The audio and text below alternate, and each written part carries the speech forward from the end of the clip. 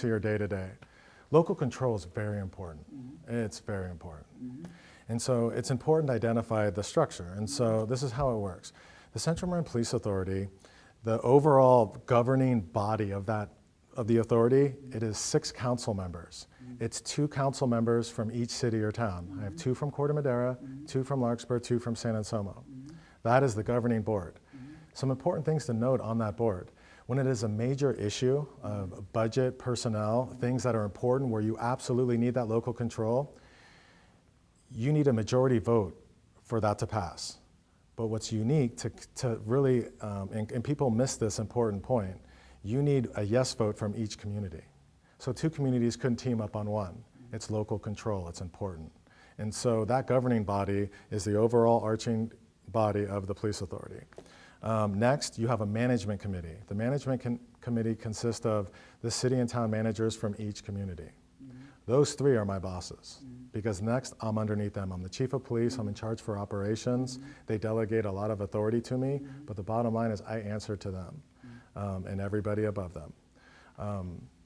The uniqueness about us, and really I think it would just go from, it depends on who the 15 council members are, because really I look at this is I have 15 council members and I have 3 managers. I mean, the police council is the body that I answer to, but I answer to. And how often do you meet with the police council? What is the, it must be a regular scheduled thing? Or as needed. When we were doing the building and the consolidation, it was once a month. Really, we usually meet quarterly. You know, every 4 months we'll meet, or as needed. But either myself or one of my staff members also attend all of the council meetings in Corte Madera, Larkspur, and San Anselmo. So there's 6 of those a month. Well, and that's important. It takes us back to in calm times and when everything is running normal and California's behaving itself. That seems like it might be a relatively effective and good way of doing it.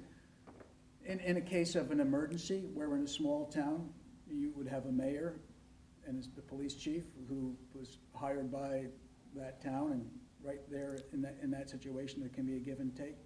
Does that make it, in an emergency, you're more or less, you're pulling the best minds are here, but how do you see the operation of police authority at that point in time? It gets more complicated. And it actually doesn't. The authority lies with me. Ultimately, I'm responsible for my decisions, and I'm held accountable for them. And that governing body would hold me accountable for those decisions at a later time. But in that actual event, that authority of policing is solely my responsibility. And I'd have people that I would absolutely coordinate with and I have to answer to. And I absolutely would. I'll give you an example. We average approximately 4 special response team call-outs a year. That's the SWAT team. We have 4 in the county, and we're one of them. And that's a good example. You have an incident that normal police officers can't handle. It's high risk. You have someone that's maybe psychologically unstable, and it's a life or death type of incident. Of course, at that time, I take those very seriously. And and if I have time, I want as many heads in that room as possible to help me with that decision. And so I don't look at it as a negative. It doesn't slow me down. It's not a hindrance. It's part of communicating and knowing your responsibilities. But I'm just wondering, in terms of myself, and I'm still,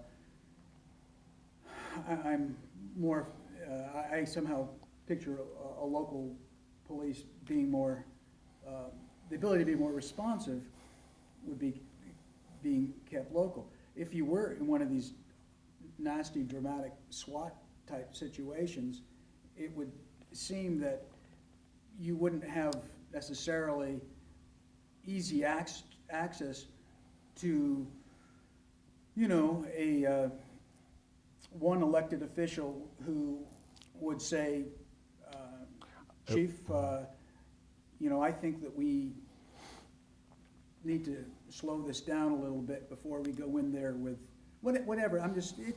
We're dealing with this a lot in our world, obviously. Absolutely. It wouldn't be an elected official in that situation. It would be the city or town managers. And I've had double-digit times already in my time being the chief of police. I've never had an issue of getting a hold of a city or town manager within a couple minutes. But here's the other answer to your question.